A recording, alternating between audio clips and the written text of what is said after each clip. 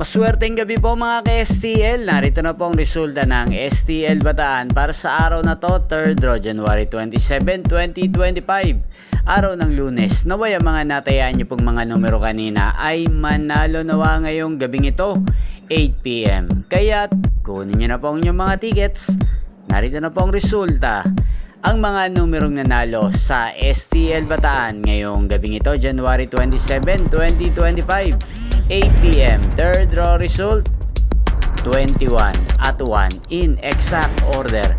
Sa lahat po ng tumaya kanina sa STL Bataan para sa first draw ng 21 at 1, congrats po sa inyo, panalo po kayo again, 21 at 1. At ngayong gabing ito sa STL Bataan, natin pong i-shoutout si Ate Tracy ng Bataan.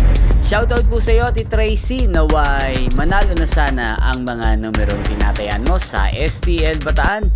Kaya hindi sa lahat po ng mga taga-Bataan dyan, lalong-lalo na po sa aking mga subscribers na walang sawang nanonood sa channel na to. Shoutout po sa inyo.